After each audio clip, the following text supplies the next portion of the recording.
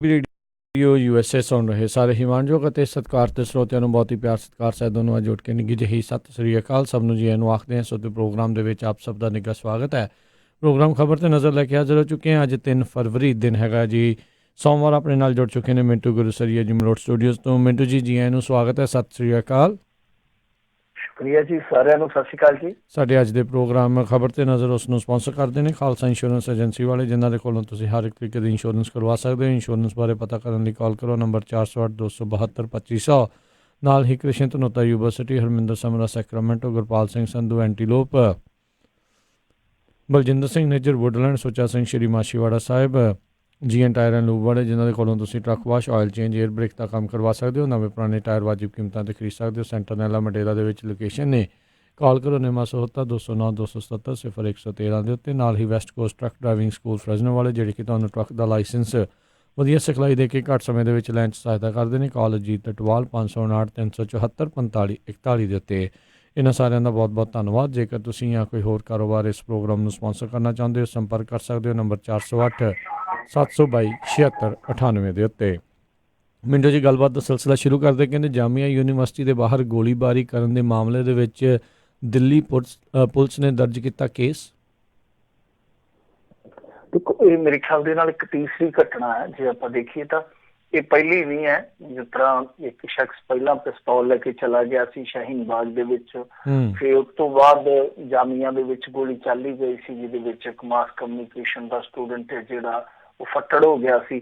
ਹੁਣ ਤੀਸਰੀ ਵਾਰ ਹੋਇਆ, ਤੀਸਰੀ ਦਫਾ ਕਿ ਜਾਮੀਆ ਯੂਨੀਵਰਸਿਟੀ ਦੇ ਬਾਹਰ ਦੱਸਦੇ ਆ ਕਿ ਸਵੇਰੇ ਫਾਇਰਿੰਗ ਹੋ ਰਹੀ ਆ। ਹਾਲਾਂਕਿ ਪੁਲਿਸ, ਦੇਖੋ ਪੁਲਿਸ ਦਾ ਰੋਲ ਵੀ ਬਾ ਕਮਾਲ ਆ। ਉਹ ਇਹਨਾਂ ਚੀਜ਼ਾਂ ਨੂੰ ਰੋਕਣ ਦੀ ਥਾਂ ਤੇ, ਜਾਂ ਜਿਨ੍ਹਾਂ ਨੇ ਇਹ ਵਾਰਦਾਤ ਨੂੰ ਅੰਜਾਮ ਦਿੱਤਾ ਉਹਨਾਂ ਨੂੰ ਲੱਭਣ ਦੀ ਥਾਂ ਤੇ, ਉਹ ਸਵਾਲ ਇਹ ਕਰ ਰਹੇ ਆ ਕਿ ਦੇਖੋ ਜੀ, ਇੱਥੋਂ ਖੋਲ ਨਹੀਂ ਬਰਾਮਦ ਹੋਏ, ਮਤਲਬ ਕਿ ਜਿਹੜੇ ਕਾਰਤੂਸਾਂ ਦੇ ਖੋਲ ਹੁੰਦੇ ਆ ਉਹ ਨਹੀਂ ਬਰਾਮਦ ਹੋਏ, ਪਰ ਫਿਰ ਵੀ ਮਾਮਲਾ ਦਰਜ ਕਰ ਲਿਆ। ਤਾਂ ਜਿੱਦਾਂ ਨਾਬਾਲਗ ਵਾਲਾ ਫੰਡਾ ਸੀਗਾ, ਤਾਂ ਉਹ ਕਈ ਵਾਰ ਇਹ ਪੁਲਿਸ ਦੂਜੀਆਂ ਚੀਜ਼ਾਂ ਨੂੰ ਕਾਹਲੀ ਨਾਲ ਹੈਂਡਲ ਕਰਦੀ ਹੈ। ਤਾਂ ਹੁਣ ਇਹ ਸਭ ਤੋਂ ਵੱਡਾ ਸਵਾਲ ਹੈ ਕਿ ਕੌਣ ਲੋਕ ਨੇ ਜਿਹੜੇ ਹਥਿਆਰਾਂ ਤੱਕ ਆ ਪਹੁੰਚੇ ਆ। ਵਿਚਾਰਾਂ ਤੋਂ ਹਥਿਆਰਾਂ ਤੱਕ ਦਾ ਸਫ਼ਰ ਤੈਅ ਕਰਨ ਵਾਲੇ ਲੋਕ ਕੌਣ ਆ। ਔਰ ਦੂਜੀ ਚੀਜ਼ ਇਹ ਆ ਕਿ ਵੇਖੋ, ਜਾਮੀਆ ਦੇ ਵਿੱਚ ਇਹ ਜਿਹੜੀ ਹੋਈ ਆ ਫਾਇਰਿੰਗ ਦੀ ਘਟਨਾ, ਇਹ ਤੇ ਚਲੋ ਕਿੰਨੇ ਹੱਲ ਕਰਨੀ ਆ, ਮੈਨੂੰ ਨਹੀਂ ਲੱਗਦਾ ਕਰਨਗੇ। ਪਰ ਜਿਹੜੀਆਂ ਘਟਨਾਵਾਂ ਹੋਈਆਂ ਉਹਦੇ ਵਿੱਚ ਵੀ ਜਿਹੜੇ ਐਂਗਲ ਇਹਨਾਂ ਨੇ ਵਿਚਾਰਨੇ ਸੀਗੇ ਉਹ ਨਹੀਂ ਵਿਚਾਰੇ ਜਾ ਰਹੇ। ਜਿਸ ਤਰ੍ਹਾਂ ਕਿ ਉਹ ਬੰਦੇ ਨੂੰ ਏਡਾ ਕੱਟੜਵਾਦੀ ਉਹ ਮੁੰਡੇ ਨੂੰ ਬਣਾਇਆ, ਤਾਂ ਬਣਾਇਆ ਕਿਵੇਂ, ਜਿਨ੍ਹਾਂ ਲੋਕਾਂ ਦੇ ਇਨਫਲੂਐਂਸ ਨਾਲ ਉਹ ਬਣਿਆ, ਇੱਥੋਂ ਤੱਕ ਪਹੁੰਚਿਆ, ਉਹ ਕੌਣ ਸਨ, ਉਹਨਾਂ ਤੇ ਕੀ ਕਾਰਵਾਈ ਹੋਊਗੀ, ਉਕਸਾਉਣ ਵਾਲੇ ਲੋਕ ਕੀ ਉਹ ਪਰਦੇ ਤੋਂ ਬਾਹਰ ਆਉਣਗੇ। ਇਹ ਸਾਰੀਆਂ ਚੀਜ਼ਾਂ ਜਿਹੜੀਆਂ ਬਹੁਤ ਔਖੀਆਂ ਨੇ, ਕਿਉਂਕਿ ਇਹਦੇ ਨਾਲ ਤੁਹਾਨੂੰ ਪਤਾ ਹੀ ਉਹਨਾਂ ਲੋਕਾਂ ਦੀ ਬਦਨਾਮੀ ਹੁੰਦੀ ਆ ਜਿਹੜੇ ਅੱਜ ਕੱਲ ਵੈਸੇ ਵੀ ਇੰਟਰਨੈਸ਼ਨਲ ਬਦਨਾਮ ਬਣ ਚੁੱਕੇ ਆ। ਸੋ ਇਹ ਮਾਮਲਾ ਜਿਹੜਾ ਹੁਣ ਦੇਖੋ, ਇਹਨੂੰ ਜੇ ਤੁਸੀਂ ਜੋੜੋਗੇ ਅੱਜ ਨਰਿੰਦਰ ਮੋਦੀ ਦੇ ਪ੍ਰਚਾਰ ਦੇ ਨਾਲ, ਇੱਥੇ ਸਾਰੀ ਗੱਲ ਸਾਫ਼ ਹੋ ਜਾਂਦੀ ਆ। ਨਰਿੰਦਰ ਮੋਦੀ ਦਾ ਅੱਜ ਦਾ ਪ੍ਰਚਾਰ ਜਿਹੜਾ ਦਿੱਲੀ ਦਾ, ਉਹਦੇ ਵਿੱਚ ਉਹ ਗੱਲਾਂ ਕਰ ਰਹੇ ਜਿਹੜੀਆਂ, ਹਾਲਾਂਕਿ ਮੈਂ 3-4 ਦਿਨ ਖਬਰਾਂ ਤੋਂ ਦੂਰ ਰਿਹਾ ਵਾਂ, ਮੈਨੂੰ ਪਤਾ ਨਹੀਂ ਹੈ ਬਹੁਤਾ, ਪਰ ਜਿਸ ਤਰ੍ਹਾਂ ਮੈਂ ਅੱਜ ਉਹਨਾਂ ਦੀ ਉਹ ਸੁਣ ਰਿਹਾ ਸੀਗਾ ਇੱਕ ਤਕਰੀਰ, ਜਿਹਦੇ ਵਿੱਚ ਉਹ ਇਸ ਪ੍ਰਦਰਸ਼ਨ ਨੂੰ ਖਾਸ ਤੌਰ ਤੇ 3 ਜਗ੍ਹਾ ਦਾ ਨਾਂ ਲੈਂਦੇ ਆ, ਜਾਮੀਆ, ਫਿਰ ਸ਼ਾਹੀਨ ਬਾਗ ਔਰ ਇਸ ਤੋਂ ਇਲਾਵਾ ਸੀਲਮਪੁਰਾ। ਤਾਂ ਇਹ ਤਿੰਨੇ ਇਲਾਕੇ ਕਿਹੜੇ, ਤਿੰਨਾਂ ਨੂੰ ਕੋਟ ਕੀਤਾ ਜਾਂਦਾ। 3 ਇਲਾਕੇ ਆ ਮੁਸਲਮਾਨਾਂ ਦੀ ਬੋਲਤਾ ਵਾਲੇ, ਉਹਨਾਂ ਨੂੰ ਕੋਟ ਕੀਤਾ ਜਾਂਦਾ ਕਿ ਇੱਥੇ ਜੋ ਚੱਲ ਰਿਹਾ ਉਹ ਸਾਜ਼ਿਸ਼ ਹੈ, ਮਤਲਬ ਕਿ ਇਹ ਪ੍ਰਦਰਸ਼ਨ ਨਹੀਂ, ਇੱਕ ਸਾਜ਼ਿਸ਼ ਹੈ, ਰਾਜਨੀਤੀ ਦਾ ਇੱਕ ਨਵਾਂ ਪ੍ਰਯੋਗ ਹੋ ਰਿਹਾ ਹੈ, ਖਾਸ ਤੌਰ ਤੇ ਇੱਕ ਤਬਕੇ ਵੱਲ ਇਸ਼ਾਰਾ ਕਰਕੇ, ਮਤਲਬ ਕਿ ਡਾਇਰੈਕਟ ਵੇ ਦੇ ਨਾਲ ਨਹੀਂ, ਇਨਡਾਇਰੈਕਟ ਵੇ ਦੇ ਨਾਲ ਲੋਕਾਂ 'ਚ ਇਹ ਇੱਕ ਮਿੱਥ ਘੜੀ ਜਾ ਰਹੀ ਆ ਕਿ ਅਸਲ 'ਚ ਇਹ ਪਾਕਿਸਤਾਨ ਪੱਖੀ ਕੁਛ ਲੋਕਾਂ ਦਾ, ਜਾਂ ਕਹਿ ਲਈਏ ਮੁਸਲਮਾਨਾਂ ਦਾ ਇਹ ਵਿਰੋਧ ਆ। ਤਾਂ ਪੂਰਾ ਜਦੋਂ ਤੁਸੀਂ ਹੁਣ ਇਸ ਭਾਸ਼ਣ ਦਾ ਮੌਜੂਦ ਦੇਖੋਗੇ ਤਾਂ ਤੁਹਾਨੂੰ ਆਪ ਸਮਝ ਆਏਗਾ ਕਿ ਇਹ ਕਿੰਨਾ ਫਿਰਕੂਕਰਨ ਕਰ ਰਹੇ ਆ ਲੋਕਾਂ ਦੀ ਜ਼ਹਿਨੀਅਤ ਦਾ, ਲੋਕਾਂ ਦੀ ਸੋਚ ਦਾ। ਤਾਂ ਉਹ ਜਿਹੜੇ ਘੱਟ ਪੜ੍ਹੇ ਲਿਖੇ ਲੋਕ ਆ, ਜਿਹਨਾਂ ਨੂੰ ਅੱਜ ਕੱਲ੍ਹ ਨੌਕਰੀਆਂ ਨਾਲ ਨਹੀਂ, ਰੁਜ਼ਗਾਰ ਨਾਲ ਨਹੀਂ, ਵਿਕਾਸ ਨਾਲ ਨਹੀਂ, ਇੱਕ ਅੱਛੇ ਸਮਾਜ ਨਾਲ ਨਹੀਂ, ਅੱਜ ਕੱਲ੍ਹ ਉਹਨਾਂ ਨੂੰ ਫਤੂਰ ਜਿਹੜਾ ਉਹ ਦੂਸਰੀ ਕਿਸਮ ਦਾ ਚੜਿਆ ਹੋਇਆ, ਤਾਂ ਉਹਨਾਂ ਨੂੰ ਇਸ ਤਰ੍ਹਾਂ ਦੇ ਫਿਰ ਜਦੋਂ ਉਕਸਾਵੇ ਮਿਲਦੇ ਆ, ਵੈਸੇ ਤੇ ਹੁਣ ਸੰਕੇਤ ਜਿਹੜੇ ਮੋਦੀ ਦੇ ਭਾਸ਼ਣ ਦੇ ਉਹ ਤੇ ਇਹ ਮਿਲ ਰਿਹਾ ਕਿ ਹੋ ਸਕਦਾ ਆਉਣ ਵਾਲੇ ਦਿਨਾਂ 'ਚ ਕੋਈ ਫੋਰਸਫੁਲੀ ਕਾਰਵਾਈ ਵੀ ਕਰਕੇ ਤੇ ਠਾ ਦਿੱਤਾ ਜਾਵੇ ਇਹਨਾਂ ਨੂੰ, ਕੁਛ ਵੀ ਵੇਖਣ ਨੂੰ ਮਿਲ ਸਕਦਾ। ਤਾਂ ਇਹ ਇੱਕ ਚਲੋ ਉਹ ਅਲੱਗ ਵਿਸ਼ਾ ਔਰ ਉਹ ਥੋੜਾ ਜਿਹਾ ਸੰਭਾਵਨਾ ਵਾਲਾ ਵਿਸ਼ਾ। ਪਰ ਜਿਸ ਤਰ੍ਹਾਂ ਇਹ ਉਕਸਾਵੇ ਵਾਲੀਆਂ ਤਕਰੀਰਾਂ ਹੋ ਰਹੀਆਂ ਪ੍ਰਧਾਨ ਮੰਤਰੀ ਤੱਕ ਨੂੰ ਇਸ ਮਾਮਲੇ ਦੇ ਵਿੱਚ ਉਹ ਕੁਛ ਵਿਖਾਈ ਨਹੀਂ ਦਿੰਦਾ ਜੋ ਅਸਲ ਦੇ ਵਿੱਚ ਹੈ। ਤਾਂ ਜਿਹੜੇ ਅਕਲ ਦੇ ਬਿਲਕੁਲ ਹੀ ਅੰਨੇ ਆ ਫਿਰ ਉਹਨਾਂ ਵੱਲੋਂ ਇਸ ਤਰ੍ਹਾਂ ਦੀਆਂ ਘਟਨਾਵਾਂ ਜਿਹੜੀਆਂ ਉਹ ਅੰਜਾਮ ਦਿੱਤੀਆਂ ਜਾਣਗੀਆਂ। ਰੋਕਣਾ ਚਾਹੀਦਾ ਦਿੱਲੀ ਪੁਲਿਸ ਨੂੰ, ਪਰ ਦਿੱਲੀ ਪੁਲਿਸ ਦਾ ਜਿਹੜਾ ਹੁਣ ਤੱਕ ਦਾ ਸਫ਼ਰ ਹੈ ਇਸ ਖਾਸ ਪ੍ਰਕਰਨ ਦੇ ਵਿੱਚ ਉਹ ਤੁਸੀਂ ਵੇਖਿਆ ਹੀ ਆ, ਇਹੋ ਜਿਹਾ ਸਫ਼ਰ ਆ ਕਿ ਉਹ ਸਫਰ ਕਰਦਾ, ਉਹ ਵਿਵਸਥਾ ਨੂੰ ਹੋਰ ਜ਼ਿਆਦਾ ਬਿਮਾਰ ਕਰ ਰਿਹਾ। ਜੀ ਜੀ। ਅਗਲੀ ਜਿਹੜੀ ਆਪਾਂ ਗੱਲ ਕਰਦੇ, ਕਹਿੰਦੇ ਦਵਿੰਦਰ DSP ਦੇ ਮਾਮਲੇ ਦੇ ਵਿੱਚ ਛਾਪੇਮਾਰੀ। ਦੇਖੋ ਜਿਹੜਾ ਇਹ ਮਾਮਲਾ ਆ ਨਾ, ਉਹ ਮੈਂ ਅੱਗੇ ਵੀ ਇੱਕ ਦਿਨ ਗੱਲ ਕੀਤੀ ਸੀ, ਤੁਹਾਨੂੰ ਇੱਕ ਕਹਾਣੀ ਵੀ ਜੋੜ ਕੇ ਦੱਸੀ ਸੀ ਨਾਲ ਕਿ ਕਿਸ ਤਰ੍ਹਾਂ ਇਸ ਤਰ੍ਹਾਂ ਦੀਆਂ ਵੱਡੀਆਂ ਕਾਰਵਾਈਆਂ ਜਿਹੜੀਆਂ ਉਹ ਲੁਕਾ ਲਈਆਂ ਜਾਂਦੀਆਂ। ਵੈਸੇ ਸਾਰਾ ਦੇਸ਼ ਜਾਣਨਾ ਚਾਹੁੰਦਾ ਸੀ ਕੁਝ ਦਿਨ ਪਹਿਲਾਂ ਤੱਕ, ਕਿਉਂਕਿ ਅਫਸੋਸ ਸਾਡੀ ਯਾਦਾਸ਼ਤ ਸ਼ਕਤੀ ਜਿਹੜੀ, ਜਾਂ ਕਹਿ ਲਈਏ ਕਿ ਇਸ ਤੇਜ਼ ਤਰਾਰ ਯੁੱਗ ਦੇ ਵਿੱਚ ਖਬਰਾਂ ਦੀ ਆਮਦ ਇਸ ਤਰ੍ਹਾਂ ਦੀ ਹੁੰਦੀ ਆ ਕਿ ਇੱਕ ਖਬਰ ਦੂਜੀ ਖਬਰ ਦੇ ਭਾਰੇਟ ਦਬ ਜਾਂਦੀ ਆ। ਕੁਛ ਹਫ਼ਤਿਆਂ ਤੱਕ ਜਾਂ ਕੁਛ ਦਿਨਾਂ ਤੱਕ ਦਵਿੰਦਰ ਇੱਕ ਸੁਰਖੀ ਸੀ। ਅੱਜ ਦੀ ਤਾਰੀਖ ਦੇ ਵਿੱਚ ਦਵਿੰਦਰ ਕੋਈ ਬਹੁਤੀ ਵੱਡੀ ਖਬਰ ਨਹੀਂ ਹੈ। ਜਿੱਦਾਂ ਕਹਿ ਲਈਏ ਕਿ ਦਿੱਲੀ ਦਾ ਜਿਹੜਾ ਇਲੈਕਸ਼ਨ ਹੈ ਉਹਨੇ ਬਹੁਤ ਸਾਰੇ ਮੁੱਦੇ ਦਬਾਏ ਹੋਏ ਆ, ਜਾਂ ਜਿਹੜੇ ਹੋਰ ਪ੍ਰੋਟੈਸਟ ਵਗੈਰਾ ਚੱਲ ਰਹੇ ਆ ਜਿਵੇਂ ਆਪਾਂ ਗੱਲ ਕਰ ਰਹੇ ਆਪਾਂ, ਉਹਨਾਂ ਦੇ ਪਰਛਾਵੇਂ ਹੇਠ ਕੁਛ ਖਬਰਾਂ ਛੋਟੀਆਂ ਰਹਿ ਜਾਂਦੀਆਂ। ਪਰ ਲੋਕ ਜਾਣਨਾ ਚਾਹੁੰਦੇ ਸੀਗੇ ਕਿ ਅਸਲ ਚ ਕਹਾਣੀ ਕੀ ਆ। ਚਲੋ ਰਹਿ ਕੇ ਇੱਕਾ ਦੁੱਕਾ ਖਬਰਾਂ ਆਈਆਂ ਨੇ ਦਵਿੰਦਰ ਬਾਰੇ। ਇਹ ਕਿਹਾ ਗਿਆ ਕਿ ਅਸਲ ਚ ਇਹਦੀਆਂ ਤਾਰਾਂ ਜਿਹੜੀਆਂ ਗਾਂਹ ਤੱਕ ਜੁੜੀਆਂ ਸੀ। ਫਿਰ ਇਸ ਸਾਰੇ ਪ੍ਰਕਰਨ ਦੇ ਵਿੱਚ ਐਂਟਰੀ ਹੁੰਦੀ ਆ ਇੱਕ ਸਿਆਸਤਦਾਨ ਦੀ, ਕਿਹਾ ਜਾਂਦਾ ਕਿ ਉਹ ਕੋਈ ਸਾਬਕਾ ਵਿਧਾਇਕ ਆ, ਉਸ ਅੱਤਵਾਦੀ ਦੇ ਜਿਹੜਾ ਦਵਿੰਦਰ ਦੇ ਨਾਲ ਫੜਿਆ ਗਿਆ ਸੀਗਾ, ਉਹਨੇ ਇਹ ਖੁਲਾਸਾ ਕੀਤਾ ਕਿ ਉਹਦੇ ਤਾਲੁਕਾਤ ਉਸ ਨੇਤਾ ਨਾਲ ਵੀ ਸਨ। ਮੇਰੇ ਖਿਆਲ ਦੇ ਨਾਲ ਉਹਨੂੰ ਵੀ ਪੁੱਛਗਿੱਛ ਵਾਸਤੇ ਇਹਨਾਂ ਨੇ ਨੋਟਿਸ ਕਰ ਦਿੱਤਾ। ਤਾਂ ਇਸ ਮਾਮਲੇ 'ਚ ਸਭ ਤੋਂ ਵੱਡੀ ਜਿਹੜੀ ਗੱਲ ਵਾਪਰੀ, ਇੱਕ ਡਾਕਟਰ ਦਾ ਨਾਮ ਆਇਆ ਕਿ ਡਾਕਟਰ ਵੀ ਸ਼ਾਇਦ ਇਸ ਸਾਰੇ ਮਾਮਲੇ 'ਚ ਸ਼ਾਮਲ ਸੀਗਾ। ਉਸ ਤੋਂ ਬਾਅਦ ਹੁਣ ਛਾਪੇਮਾਰੀ ਹੋ ਰਹੀ ਆ।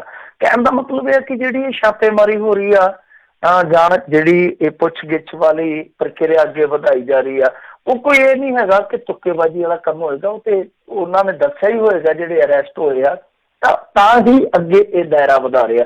ਪਰ ਗੱਲ ਇਹ ਆ ਕਿ ਜੋ ਮੈਂ ਸ਼ੁਰੂ ਤੋਂ ਇਸ ਮਾਮਲੇ 'ਚ ਵਿਊ ਰੱਖ ਕੇ ਚੱਲਦਾ ਸੀਗਾ, ਉਹ ਹੁਣ ਤੱਕ ਸੱਚ ਸਾਬਤ ਹੋਇਆ ਕਿ ਦਵਿੰਦਰ ਬਾਰੇ, ਹਾਲਾਂਕਿ ਚਲੋ ਸਾਰੀ ਜਾਣਕਾਰੀ ਜਿਹੜੀ ਆ ਉਹ ਨਹੀਂ ਸ਼ੇਅਰ ਕੀਤੀ ਜਾ ਸਕਦੀ ਇਨਵੈਸਟੀਗੇਸ਼ਨ ਵਾਲੀ, ਕਈ ਵਾਰ ਪਬਲਿਕ ਡੋਮੇਨ 'ਚ ਹਰੇਕ ਚੀਜ਼ ਏਜੰਸੀਆਂ ਨਹੀਂ ਰੱਖਦੀਆਂ, ਪਰ ਘੱਟੋ ਘੱਟ ਇਹ ਤੇ ਪਤਾ ਲੱਗਣਾ ਚਾਹੀਦਾ ਨਾ ਕਿ ਅਸਲ 'ਚ ਦਵਿੰਦਰ ਕਰ ਕੀ ਰਿਹਾ ਸੀ। ਦਵਿੰਦਰ ਇੱਕ ਧੰਦਾ ਕਰ ਰਿਹਾ ਸੀ, ਤਾਂ ਉਸ ਧੰਦੇ ਦੇ ਵਿੱਚ ਕੌਣ ਲੋਕ ਸ਼ਾਮਲ ਸੀਗੇ। ਕਿਉਂਕਿ ਅੱਤਵਾਦ ਦੇ ਮਾਮਲੇ 'ਚ ਜਦੋਂ ਵੀ ਤੁਸੀਂ ਦੇਖੋਗੇ ਕਿਸੇ ਵੀ ਸਟੇਟ 'ਚ ਇਸ ਤਰ੍ਹਾਂ ਦੀ ਇੰਸਰਜੈਂਸੀ ਹੁੰਦੀ ਆ, ਤਾਂ ਕੁਛ ਲੋਕ ਧੰਦਾ ਬਣਾ ਲੈਂਦੇ ਆ। ਤਾਂ ਉਹ ਧੰਦਾ ਕੋਈ ਇੱਕ ਬੰਦਾ ਨਹੀਂ ਚਲਾਉਂਦਾ, ਉਹ ਇੱਕ ਸਮੂਹ ਹੁੰਦਾ। ਉਸ ਸਮੂਹ ਦੇ ਵਿੱਚ ਹੋਰ ਕੌਣ ਲੋਕ ਸਨ, ਇਹਦੇ ਕੋਲ ਬੰਦੇ ਜਿਹੜੇ ਆ ਕਦੋਂ ਤੋਂ ਠਹਿਰ ਰਹੇ ਸਨ, ਇਹ ਕਦੋਂ ਤੱਕ ਉਹਨਾਂ ਨੂੰ ਸੇਫ ਪੈਸੇਜ ਦਿੰਦਾ ਰਿਹਾ। ਬਹੁਤ ਵੱਡੇ ਸਵਾਲਾਤ ਆ ਜਿਹੜੇ ਕਿ ਜਾਣੂ ਕਰਵਾਏ ਜਾ ਸਕਦੇ, ਲੋਕਾਂ ਦੇ ਰੂਬਰੂ ਕਰਵਾਏ ਜਾ ਸਕਦੇ ਕਿ ਹਾਂ ਭਾਈ ਇਹਨਾਂ ਦੇ ਜਵਾਬ ਆਇਆ। ਬਹਰਹਾਲ ਹੁਣ ਤੱਕ ਦਵਿੰਦਰ ਬਾਰੇ ਕੋਈ ਬਹੁਤੀ ਖਬਰ ਇਹਨਾਂ ਦਿੱਤੀ ਨਹੀਂ। ਹਾਂ, ਇਸ ਤਰ੍ਹਾਂ ਦੀਆਂ ਖਬਰਾਂ ਆ ਜਾਂਦੀਆਂ ਕਿ ਛਾਪੇਮਾਰੀ ਹੋ ਰਹੀ ਆ, ਪਰ ਲੋਕਾਂ ਦੀ ਛਾਪੇਮਾਰੀ ਵੀ ਹੋ ਰਹੀ ਆ ਕਿ ਅਸਲ ਦੇ ਵਿੱਚ ਦਵਿੰਦਰ ਵਾਲਾ ਮਾਮਲਾ ਜਿਹੜਾ ਉਹ ਕਿਤੇ ਦੱਬਿਆ ਨਾ ਜਾਵੇ। ਜਿਸ ਤਰ੍ਹਾਂ ਮੈਂ ਅੱਗੇ ਤੁਹਾਨੂੰ ਇੱਕ ਦੋ ਕਹਾਣੀਆਂ ਦੱਸੀਆਂ ਸੀ, ਉਹਨਾਂ ਨੂੰ ਵੈਸੇ ਰਿਪੀਟ ਕਰਨ ਦਾ ਹੁਣ ਫਾਇਦਾ ਨਹੀਂ ਹੈ। ਜੀ ਜੀ। ਅਗਲੀ ਜਿਹੜੀ ਗੱਲ ਕਰਦੇ, ਕਹਿੰਦੇ ਢੀਂਡਸਾ ਪਿਓ ਪੁੱਤ ਅਕਾਲੀ ਦਲ 'ਚੋਂ ਬਰਖਾਸਤ, ਵੱਡੀ ਰੈਲੀ ਵੀ ਹੋਈ ਆ ਉੱਥੇ। ਹਾਂਜੀ, ਉਹ ਰੈਲੀ ਵੀ ਹੋਈ ਆ। ਰੈਲੀ ਤੇ ਹੋਣਗੇ ਕਿ ਮੈਨੂੰ ਲੱਗਦਾ ਕਿ ਅੱਜ ਟਕਸਾਲੀਆਂ ਨੇ ਵੀ ਐਲਾਨ ਕਰ ਦਿੱਤਾ। ਉਹ ਕਹਿੰਦੇ ਕਿ ਅਸੀਂ ਵੀ ਹੁਣ ਜਵਾਬੀ ਰੈਲੀਆਂ ਕਰਾਂਗੇ, ਜਵਾਬੀ ਹਮਲੇ ਹੋਣਗੇ, ਕਹਿਣ ਦਾ ਮਤਲਬ ਆ। ਉਹਨਾਂ ਨੇ ਵੀ ਰੈਲੀਆਂ ਦਾ ਆਗਾਜ਼ ਹੈ ਜਿਹੜਾ ਉਹ ਕਰਨ ਦਾ ਐਲਾਨ ਕਰ ਦਿੱਤਾ। ਕਹਿੰਦੇ ਕਿ ਸਭ ਤੋਂ ਪਹਿਲੀ ਜਿਹੜੀ ਹੋਊਗੀ ਪਲੇਠੀ ਉਹ ਹੋਣੀ ਹੈ ਰਣਜੀਤ ਸਿੰਘ ਬ੍ਰਹਮਪੁਰਾ ਦੀ ਅਗਵਾਈ 'ਚ ਤਰਨਤਾਰਨ ਤੋਂ। ਤਾਂ ਚਲੋ ਦੇਖੋ, ਇਹ ਕਿਉਂਕਿ ਹੁਣ ਤੁਹਾਨੂੰ ਪਤਾ ਹੀ ਹੈ ਨਾ ਕਿ ਪੰਜਾਬ ਦੇ ਰਾਖੇ, ਪੰਜਾਬ ਦੇ ਮਸੀਹੇ, ਪੰਜਾਬ ਦੇ ਭਵਿੱਖ, ਉਹ ਇਸ ਤਰ੍ਹਾਂ ਦੇ ਤਖੱਲਸ ਵਾਲੇ ਲੋਕ ਜਿਹੜੇ ਆ ਉਹ ਤੁਹਾਨੂੰ ਆਮ ਗਲੀਏ ਪਾਉਂਦੇ ਫਿਰਨਗੇ। ਵੇਖੇ ਜਾਣਗੇ, ਉਹ ਤੁਸੀਂ ਵੇਖ ਸਕਦੇ ਹੋ ਉਹਨਾਂ ਨੂੰ, ਹਨਾ। ਤਾਂ ਇਹ ਜਿਹੜਾ ਮਾਮਲਾ ਹੈ ਹੁਣ ਜੇ ਦੇਖੀਏ ਢੀਂਡਸਾ ਪਰਿਵਾਰ ਦਾ, ਤੇ ਬੜਾ ਸਾਫ਼ ਸਪਸ਼ਟ ਹੈ। ਇੱਥੇ ਕੁਛ ਰਸਮਾਂ ਹੁੰਦੀਆਂ, ਕੁਛ ਖਾਨਾ ਪੂਰਤੀਆਂ ਹੁੰਦੀਆਂ, ਜਿਵੇਂ ਆਪਾਂ ਕਹਿ ਦਈਏ ਕਿ ਜਿਹੜੇ ਚਲੇ ਜਾਂਦੇ ਆ ਕਈ ਵਾਰ ਉਮੀਦ ਹੀ ਨਹੀਂ ਹੁੰਦੀ ਉਹਨਾਂ ਦੀ ਆਉਣਾ ਨਹੀਂ ਹੈ, ਪਰ ਫਿਰ ਵੀ ਉਡੀਕਾਂ ਕਈ ਵਾਰ ਰਸਮ ਵਜੋਂ ਰੱਖੀਆਂ ਜਾਂਦੀਆਂ ਕਿ ਸ਼ਾਇਦ ਯਾਰ ਬੰਦਾ ਆ ਹੀ ਜਾਵੇ, ਪਰ ਕਈ ਵਾਰ ਉਹ ਪੱਖਾ ਅਲਵਿਦਾ ਤੁਹਾਨੂੰ ਕਹਿ ਜਾਂਦਾ ਕਿ ਨਹੀਂ ਹੁਣ ਨਹੀਂ ਮੈਂ ਮੁੜਨਾ ਤੁਹਾਡੀ ਜ਼ਿੰਦਗੀ 'ਚ। ਤਾਂ ਖੈਰ ਇਹ ਇਸ ਤਰ੍ਹਾਂ ਦੀ ਇੱਕ ਰਸਮ ਪੂਰਤੀ ਆ। ਉਹਨਾਂ ਨੇ ਅਸਤੀਫੇ ਦੇ ਦਿੱਤੇ ਸਨ। ਬਹੁਤ ਜ਼ਿਆਦਾ ਵੱਡਾ ਝਟਕਾ ਸੀਗਾ ਢੀਂਡਸਾ ਫੈਮਿਲੀ ਦਾ, ਜੋ ਉਹਨਾਂ ਨੇ ਬਾਦਲ ਫੈਮਿਲੀ ਨੂੰ ਸਪੈਸ਼ਲੀ ਦਿੱਤਾ। ਅਕਾਲੀ ਦਲ ਦਾ ਤਾਂ ਹੁਣ ਮਕਸਦ ਹੈ ਜਿਹੜਾ, ਉਹ ਤੁਹਾਨੂੰ ਪਤਾ ਹੀ ਅੱਜ ਕੱਲ੍ਹ ਸਭ ਤੋਂ ਵੱਡਾ ਮਕਸਦ ਇਹੋ ਹੀ ਆ ਕਿ ਜੋ ਬਾਦਲ ਪਰਿਵਾਰ ਦੀ ਸਿਆਸੀ ਵਿਰਾਸਤ ਹੈ ਉਸਨੂੰ ਬਚਾਇਆ ਜਾਵੇ। ਤਾਂ ਕੁੱਲ ਮਿਲਾ ਕੇ ਉਸ ਵਿਰਾਸਤ ਲਈ ਇੱਕ ਝਟਕਾ ਸੀਗਾ ਬਾਦਲ ਫੈਮਿਲੀ ਦੀ, ਜੋ ਸਿਆਸੀ ਵਿਰਾਸਤ ਹੈ। ਤਾਂ ਬਹਰਹਾਲ ਹੁਣ ਇਹਨਾਂ ਨੂੰ ਬਰਖਾਸਤ ਵੀ ਕਰ ਦਿੱਤਾ। ਕੋਰ ਕਮੇਟੀ ਦੀ ਮੀਟਿੰਗ ਹੋਈ ਆ, ਕਰਨਾ ਹੀ ਸੀਗਾ ਕਿਉਂਕਿ ਦੇਖੋ ਦਬਾਅ ਬਣ ਰਿਹਾ ਹੋਏਗਾ ਲਗਾਤਾਰ ਕਿ ਉਹ ਇੰਨੇ ਹਮਲੇ ਬੋਲ ਰਹੇ। ਹੁਣ ਤੇ ਪਰਮਿੰਦਰ ਸਿੰਘ ਢੀਂਡਸਾ ਵੀ ਬੋਲ ਰਿਹਾ ਖੁੱਲੇ ਤੌਰ ਤੇ, ਉਹ ਨਾ ਸਿਰਫ ਜਾ ਰਿਹਾ ਵੱਖ-ਵੱਖ ਇਲਾਕਿਆਂ 'ਚ ਇਹਨਾਂ ਦਾ ਵੋਟਾਂ ਦੇ ਤੌਰ ਤੇ ਨੁਕਸਾਨ ਕਰ ਰਿਹਾ, ਬਲਕਿ ਹੁਣ ਤੇ ਜਿਹੜੇ ਇਹਨਾਂ ਦੇ ਵਚਨ ਵਿਲਾਸ ਹੈ ਤੁਹਾਨੂੰ ਪਤਾ ਤਿੱਖੇ ਵੀ ਹੋ ਰਹੇ ਆ ਥੋੜੇ। ਤਾਂ ਉਹ ਕੋਰ ਕਮੇਟੀ ਦਾ ਇੱਕ ਹੁੰਦਾ ਰਸਮੀ ਫੈਸਲਾ ਉਹਨਾਂ ਨੇ ਕਰ ਦਿੱਤਾ। ਚਾਹੇ ਅਕਾਲੀ ਦਲ 'ਚ ਹੁਣ ਛੁੱਟੀ ਹੋ ਗਈ ਹੈ, ਪਰ ਇਹ ਸ਼ੁਰੂ ਤੋਂ ਕਹਿੰਦੇ ਹੈ ਕਿ ਅਸੀਂ ਅਕਾਲੀ ਹਾਂ। ਚਲੋ ਹੁਣ ਕਹਿ ਸਕਦੇ ਹਾਂ ਦਿਲ ਤੋਂ, ਉਹ ਜਿਵੇਂ ਗਾਣਾ ਸੀਗਾ ਨਾ, ਦਿਲ ਫਿਰ ਵੀ ਹੈ ਹਿੰਦੁਸਤਾਨੀ, ਚਲੋ ਫਿਰ ਵੀ ਕਹਿ ਸਕਦੇ ਕਿ ਦਿਲ ਤਾਂ ਸਾਡਾ ਅਕਾਲੀ ਹੈ। ਬਹਰਹਾਲ ਇਹਨਾਂ ਦੀ ਕੋਰ ਕਮੇਟੀ ਦੇ ਵਿੱਚ ਜੋ ਚਰਚਾ ਹੋਈ ਆ ਉਹ ਸੀਗੀ ਹਰਿਆਣਾ ਕਮੇਟੀ ਦੇ ਹੱਕ ਦੇ ਵਿੱਚ ਜੋ ਸਰਕਾਰ ਨੇ ਸੋਧਿਆ ਹੋਇਆ ਹਲਫਨਾਮਾ ਸੁਪਰੀਮ ਕੋਰਟ 'ਚ ਦਾਖਲ ਕੀਤਾ। ਮਤਲਬ ਕਿ ਉਹਦੇ ਵਿੱਚ ਕੈਪਟਨ ਅਮਰਿੰਦਰ ਸਿੰਘ ਸਰਕਾਰ ਨੇ ਆਖਿਆ ਕਿ ਹਰੇਕ ਸਟੇਟ ਨੂੰ ਆਪਣੀ ਯਾਨੀ ਕਮੇਟੀ ਬਣਾਉਣ ਦਾ ਭਾਈ ਹੱਕ ਆ। ਤਾਂ ਇਹ ਮਾਮਲਾ ਸੀਗਾ, ਇਹ ਵਿਚਾਰਿਆ ਗਿਆ, ਪਰ ਨਾਲ ਉਹਨਾਂ ਨੇ ਵੀ ਕੰਡਾ ਕੱਢ ਦਿੱਤਾ ਕਿ ਚਲੋ ਕੋਈ ਗੱਲ ਨਹੀਂ ਹੈ, ਹੁਣ ਜੁੜੇ ਤੇ ਹੈਗੇ ਆ, ਵਾਰ-ਵਾਰ ਕੀ ਮੁੱਦਾ ਨਿਬੇੜਿਆ ਜਾਣਾ। ਤਾਂ ਦੇਖਣਾ ਹੋਏਗਾ, ਇਹ ਇੱਕ ਤੁਹਾਨੂੰ ਪਤਾ ਹੀ ਹੈ ਜਵਾਬੀ ਹਮਲਿਆਂ ਦੀ ਖੇਡ ਚੱਲਣੀ ਹੈ। ਤਾਂ ਹੁਣ ਅਗਲਾ ਪੜਾਅ ਕਿੱਥੇ ਜਾ ਕੇ ਇਹ ਭਿੜ ਬਣਦਾ, ਕਿਉਂਕਿ ਅਗਲਾ ਪੜਾਅ ਹੁਣ ਇਸ ਰਾਜਨੀਤਿਕ ਲੜਾਈ ਦਾ ਮੇਰੇ ਖਿਆਲ ਦੇ ਨਾਲ ਸਭ ਤੋਂ ਪਹਿਲਾਂ ਤਾਂ ਦਿੱਲੀ ਦਾ ਇਲੈਕਸ਼ਨ ਹੈ ਜਿਹੜਾ ਨਿਬੜ ਜਾਣ ਦਿਓ, ਉਸ ਤੋਂ ਬਾਅਦ ਇਹ SGPC ਵਾਲੇ ਮਾਮਲੇ ਤੇ ਪੱਖੇਗਾ, ਔਰ ਖਾਸ ਤੌਰ ਤੇ ਵਿੱਚ ਹਰਿਆਣਾ ਕਮੇਟੀ ਵਾਲਾ ਵੀ ਮਸਲਾ ਆ ਗਿਆ। ਤਾਂ ਇਹ ਰਾਜਨੀਤੀ ਜਿਹੜੀ ਆ ਕਾਫੀ ਦਿਲਚਸਪ ਰਹੇਗੀ, ਅਕਾਲੀਆਂ ਦੀ ਰਾਜਨੀਤੀ। ਪਰ ਢੀਂਡਸਾ ਹੋਰੀ ਜੋ ਸੋਚ ਕੇ ਚੱਲਦੇ ਆ ਮੇਰੇ ਖਿਆਲ ਦੇ ਨਾਲ ਹਾਲੇ ਮੰਜ਼ਿਲ ਉਹਨਾਂ ਵਾਸਤੇ ਦੂਰ ਆ। ਤਾਂ ਇਹ ਗਰੁੱਪ ਹੈ ਜਿਹੜਾ ਕਿੰਨਾ ਸੋਲਿਡ ਹੁੰਦਾ ਹੈ, ਇਹ ਕਿੰਨੇ ਕੁ ਇਹਨਾਂ ਤੇ ਹੱਥ ਹੈ ਜਿਹੜੇ ਉਹ ਉੱਤੋਂ ਰੱਖੇ ਜਾਂਦੇ ਆ, ਕਿੰਨੇ ਕੁ ਲੋਕ ਅੰਦਰੋਂ ਖਾਤੇ ਇਹਨਾਂ ਦੀ ਸਪੋਰਟ ਕਰਦੇ ਆ, ਜੁੜਦੇ ਇਹਨਾਂ ਦੇ ਨਾਲ, ਉਹ ਵਾਵਾ ਕੁਛ ਹਲੇ ਹੋਣਾ ਬਾਕੀ ਹੈ, ਟੁੱਟ ਭੱਜ ਹੋਣੀ ਬਾਕੀ ਹੈ। ਜੀ ਜੀ ਜੀ ਅਗਲੀ ਜਿਹੜੀ ਆਪਾਂ ਮਿੰਟ 'ਚ ਗੱਲ ਕਰਦੇ, ਕਹਿੰਦੇ ਕੈਪਟਨ ਸਰਕਾਰ ਦੇਵੇਗੀ ਹੁਣ ਹਲਕਿਆਂ ਲਈ ਗ੍ਰਾਂਟ। ਜਾਨੀ ਜਿਹੜਾ ਮਤਲਬ ਇਹ ਆ ਕਿ 3 ਸਾਲ ਕੁਛ ਨਹੀਂ ਕੀਤਾ ਗਿਆ ਤਾਂ ਹੀ ਗ੍ਰਾਂਟ ਦੇਣਗੇ ਨਾ, ਗ੍ਰਾਂਟ ਨਹੀਂ ਸੀ ਦਿੱਤੀ ਜਾ ਰਹੀ ਦੇਣਗੇ। ਇਹ ਤੇ ਉਦਾਂ ਹੀ ਆ ਜਿੱਦਾਂ ਪਿੰਡ ਦੇ ਕੋਲ ਆ ਕੇ ਪੌਲੇ ਹੱਥ 'ਚ ਕਰ ਲੈਂਦੇ ਆ ਨਾ ਕੁਛ ਕਾਲੇ ਬੰਦੇ ਕਿ ਲਓ ਹੁਣ ਖਿੱਚਦੀ ਰੇਸ, ਖਿੱਚਦੀ ਸਪੀਡ, ਤਾਂ ਪਿੱਛੋਂ ਫਿਰ ਉਹ ਮੌਜ ਮਸਤੀ ਨਾਲ ਮੌਲਿਆਂ ਵਾਂਗ ਉਤਰੇ ਆਉਂਦੇ ਆ। ਪਰ ਜਦੋਂ ਕੋਲ ਆ ਜਾਂਦੇ ਪਿੰਡ ਦੇ ਕੋਲ ਫਿਰ ਜਿਹੜੇ ਮੌਜੇ ਹੁੰਦੇ ਆ ਉਹ ਲਾਹ ਕੇ ਰਾਹ 'ਚ ਹੱਥ 'ਚ ਫੜ ਲੈਂਦੇ ਆ। ਤਾਂ ਬਹਰਹਾਲ ਹੁਣ ਸਮਾਂ ਆ ਗਿਆ, ਇਹਨਾਂ ਨੇ ਪੋਲੇ ਜਿਹੜੇ ਪੌਲੇ ਆ ਪੋਲੇ ਹੱਥ 'ਚ ਫੜ ਲੈਣੇ ਆ ਤੇ ਮੁੜ ਕੇ ਭੱਜਣ ਦਾ ਇਹ ਢੌਂਗ ਕਰਨਗੇ। ਤਾਂ ਚਲੋ ਘੱਟੋ ਘੱਟ ਜਿਵੇਂ ਹੁਣ 3 ਸਾਲਾਂ ਬਾਅਦ ਕਹੀਏ ਰੂੜੀ ਦੀ ਸੁਣੀ ਤੇ ਜਾਊਗੀ ਨਾ, ਕਿਉਂਕਿ ਜੇ ਆਪਾਂ ਦੇਖੀਏ ਦੇਖੋ ਇੱਕ ਸ਼ਬਦ ਹੁੰਦਾ ਉਹ ਕਈ ਵਾਰ ਬਹੁਤ ਕੜਾ ਲੱਗਦਾ ਜਿਹੜੇ ਸਮਰਥਕ ਹੁੰਦੇ ਆ। ਤਾਂ ਇਹ ਸਰਕਾਰ ਜਿਹੜੀ ਹੈ ਨਾ ਹੁਣ ਤੱਕ 3 ਸਾਲ ਦੀ ਇੱਕ ਨਕੰਮੀ ਤੇ ਨਖਿੱਧ ਸਰਕਾਰ ਸਾਬਤ ਹੋਈ ਆ। ਤੁਸੀਂ ਪਿੰਡਾਂ 'ਚ ਵੇਖ ਲਓ, ਪਿੰਡਾਂ ਨੂੰ ਹੁਣ ਦੇਖੋ ਇਹ ਕਹਿੰਦੇ ਆ ਫਲਾਣਾ ਸਮਾਰਟ ਸਿਟੀ, ਕੀ ਸਾਡੇ ਪਿੰਡਾਂ ਨੂੰ ਸਮਾਰਟ ਬਣਾਉਣ ਦੀ ਜ਼ਰੂਰਤ ਨਹੀਂ ਹੈ? ਕਦੇ ਤੁਸੀਂ ਵੇਖਿਆ ਕਿ ਸੀਵਰੇਜ ਦੀ ਵਿਵਸਥਾ ਕੀ ਹੋਊਗੀ ਪਿੰਡ 'ਚ? 70 ਸਾਲਾਂ 'ਚ ਕੀ ਪਿੰਡਾਂ ਨੂੰ ਇਸ ਤਰ੍ਹਾਂ ਦੀਆਂ ਸਹੂਲਤਾਂ ਨਹੀਂ ਸੀ ਦਿੱਤੀਆਂ ਜਾਣੀਆਂ ਚਾਹੀਦੀਆਂ? ਹੋ ਕੀ ਰਿਹਾ ਕਿ ਉਲਟਾ ਜਿਹੜੇ ਪੈਸੇ ਟਕੇ ਪਏ ਸੀਗੇ ਪਿਛਲੀ ਸਰਕਾਰ ਵੇਲੇ ਉਹ ਇਸ ਸਰਕਾਰ ਨੇ ਵਾਪਸ ਵੀ ਬੁਲਾ ਲਏ, ਮਤਲਬ ਕਿ ਵਾਪਸ ਮੰਗਾ ਲਏ ਸੀਗੇ। ਤਾਂ ਉਸ ਤੋਂ ਬਾਅਦ ਮੈਨੂੰ ਨਹੀਂ ਲੱਗਦਾ, ਜੇ ਕੋਈ ਭਾਗਾਂ ਵਾਲਾ ਪਿੰਡ ਹੋਵੇ ਤੇ ਦੱਸ ਦੇਣਾ ਮੈਨੂੰ, ਮੈਂ ਉਸ ਪਿੰਡ ਨੂੰ ਮੁਬਾਰਕਬਾਦ ਦੇ ਦੂੰਗਾ। ਪਰ ਮੈਨੂੰ ਨਹੀਂ ਲੱਗਦਾ ਕਿ ਪਿੰਡਾਂ ਦੇ ਵਿੱਚ ਕੋਈ ਵਿਕਾਸ ਦੀ ਨੇਰੀ ਝੁੱਲੀ ਹੋਵੇ। ਤਾਂ ਹੁਣ ਖਬਰ ਇਹ ਆ ਰਹੀ ਹੈ, ਅੱਜ ਮੇਜਰ ਸਿੰਘ ਉਹਨਾਂ ਦੀ ਰਿਪੋਰਟ ਸੀ, ਉਹ ਕਹਿੰਦੇ ਆ ਕਿ ਗ੍ਰਾਂਟਾਂ ਦੇ ਖੁੱਲੇ ਗੱਫੇ ਜਿਹੜੇ ਆ ਹੁਣ ਨਸੀਬ ਹੋਣਗੇ, ਕਿਉਂਕਿ ਇਹਨਾਂ ਨੇ ਐਲਾਨ ਕਰ ਦਿੱਤਾ ਮਤਲਬ ਕਿ 20 ਤੋਂ 25 ਕਰੋੜ ਰੁਪਏ ਦੀ ਗ੍ਰਾਂਟ ਜਿਹੜੀ ਆ ਔਰ ਉਹ ਹਰੇਕ ਵਿਧਾਨ ਸਭਾ ਹਲਕੇ ਨੂੰ ਦਿੱਤੀ ਜਾਊਗੀ। ਤਾਂ ਚਲੋ ਉਹ ਦੇਣਗੇ MLA ਨੂੰ ਕਿ ਲਓ ਭਾਈ ਤੁਸੀਂ ਕੰਮ ਕੁਮ ਕਰਾਓ, ਕਿਉਂਕਿ ਤਕੜੇ ਹੋ ਜਾਓ, ਫਿਰ ਸਾਲ 1.5 ਸਾਲ ਬਾਅਦ ਤੁਸੀਂ ਲੋਕਾਂ ਦੇ ਦਰਾਂ ਤੇ ਜਾਣਾ, ਤੇ ਉਸ ਤਰ੍ਹਾਂ ਤੇ ਫਿਰ ਤੁਹਾਨੂੰ ਹੂਰੇ ਮਾਰਨਗੇ ਲੋਕ, ਤੇ ਆਹ ਥੋੜਾ ਜਿਹਾ ਕਰੋਗੇ ਤਾਂ ਤੁਸੀਂ ਕਹਿ ਸਕਦੇ ਆ ਕਿ ਹਾਂ ਯਾਰ ਅਸੀਂ ਕੀਤਾ, ਕੁਛ ਨਾ ਕੁਛ ਕੀਤਾ।